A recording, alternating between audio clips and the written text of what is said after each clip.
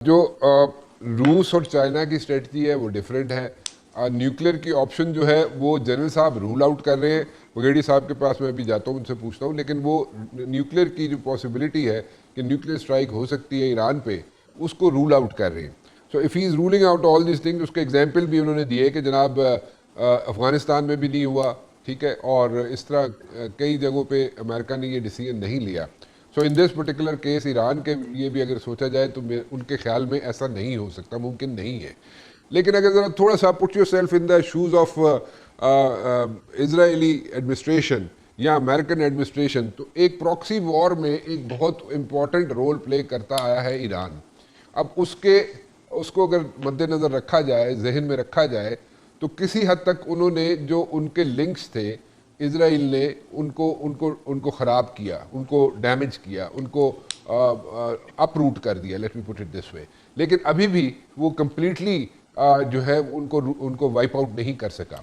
सो आपके ख्याल में प्रॉक्सी वॉर्स कितने उसके चांसेस हैं when it comes to Iran in different countries including Lebanon? लेकिन उसके अलावा यहाँ पे स्ट्राइक हो सकती है, नहीं हो सकती है? How will you take it जी? If things come to that point, जब उनको बिल्कुल अपनी टोटल ह्यूमिलिएशन नजर आए, because this is a war that America can not win, it's not possible for it to win this war. और चाहे और एग्रीमेंट भी जब होगा, अगर वो सीज फायर भी करने को तैयार होगा, तो जिस किस्म का उनका ऑलरेडी लॉस हो चुका है, उनके एलाइज उनसे अलग हो गए हैं, उनके यूरोपियंस पहले ही अलग हो गए थे, अब उनके अपने अमेरिकाज के अंदर जो एलाइज हैं, कनाडा एक्सेट्रा, एलियनेट हो रहे हैं। उनके जो गल्फ में एलाइज हैं, देखें ना आप, न्यूजीलैंड ने, इसने क्या कहते हैं, ऑस्ट्रेलिया ने, सबने अपने शिप्स हरमुज में भेजने के लिए मना कर दिया ना, वो भी एलिमिनेट हो चुके हैं। और यूरोप के साथ तो इनकी बाकायदा अब एक एक्रीमोनी शुरू हो गई है, बिकॉज ये काफी ज्यादा पिछले 20 साल से स्प्लिट चल रहा था, अब एकदम से स्प्लिट काफी बढ़ के सामने आ गया है। ठीक, वो हर हिसाब से उनका लॉस है। लेकिन अगर कोई ऐसी सिचुएशन आती है जब वो बिल्कुल ये कहने पे मजबूर हो गए कि जी हम हार गए, तो हो सकता है कि they might, because it's not a same leadership there at the moment, so they can resort to anything, and I hope they don't, and I hope sanity prevails among the other institutions and they may prevail upon this madness, जिसमें already Trump साहब ने इनको झोंक दिया है। Having said लेकिन that, लेकिन लेकिन लेकिन एम्बेसडर साहब, आप कंप्लीटली रूल आउट नहीं कर रही nuclear strike on Iran? in the case of total humiliation, maybe, but I agree that it was going to be it's going to be disastrous for everybody concerned, and I hope to God that it doesn't. Okay, so when it comes to like humiliation, maybe it's like maybe, right? So it's like maybe thingy. So maybe they go for like nuclear strike, right? ऐसे ही है ना? In a very frustrating situation, but then I hope they don't. Okay, all right, ठीक है। Brigadier साहब, आप कितना agree करते हैं एम्बेसडर साहिबा से इस बात पे? देखिए, मैंने तो बड़ी सराहत के साथ पहले ही इस चीज को एक्सप्लेन कर दी है। नहीं, मैं इस पर्टिकुलर केस, क्योंकि डॉक्टर साहब कह रही है कि in the case of humiliation maybe, and she's like saying also this thing कि वो कह रही है कि I hope this does not happen, लेकिन वो कह रही है कि maybe in case of humiliation maybe a nuclear strike can happen on Iran. देखिए, मैंने जी बिल्कुल दुरुस्त, वो ठीक कह रही है। मैंने तो यही कहा था कि देखिए, रैशनल एक्टर से इस वक्त हमें वास्ता नहीं है। अमेरिका में एक ऐसी हुकूमत है जो कि डिसरिगार्ड कर रही है सेम काउंसिल। इजराइल एक ideologically driven through biblical prophecies, वो एमलॉक जैसी जो बिब्लिकल प्रोफेसी है उसको फॉलो करते हुए एक आर्मगेडोन और ग्रेटर इजराइल की तरफ जा रहे हैं। तो ये रैशनल एक्टर नहीं होते।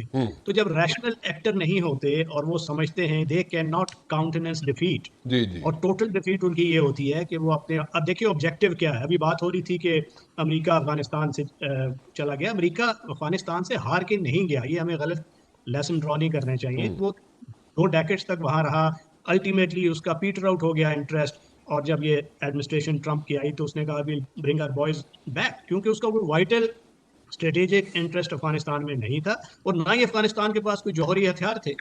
यूक्रेन का भी मामला है, उसके 4 महाराष्ट्र पे प्रैक्टिकली कब्जा है रशिया का, तो रशिया जी हार नहीं रहा।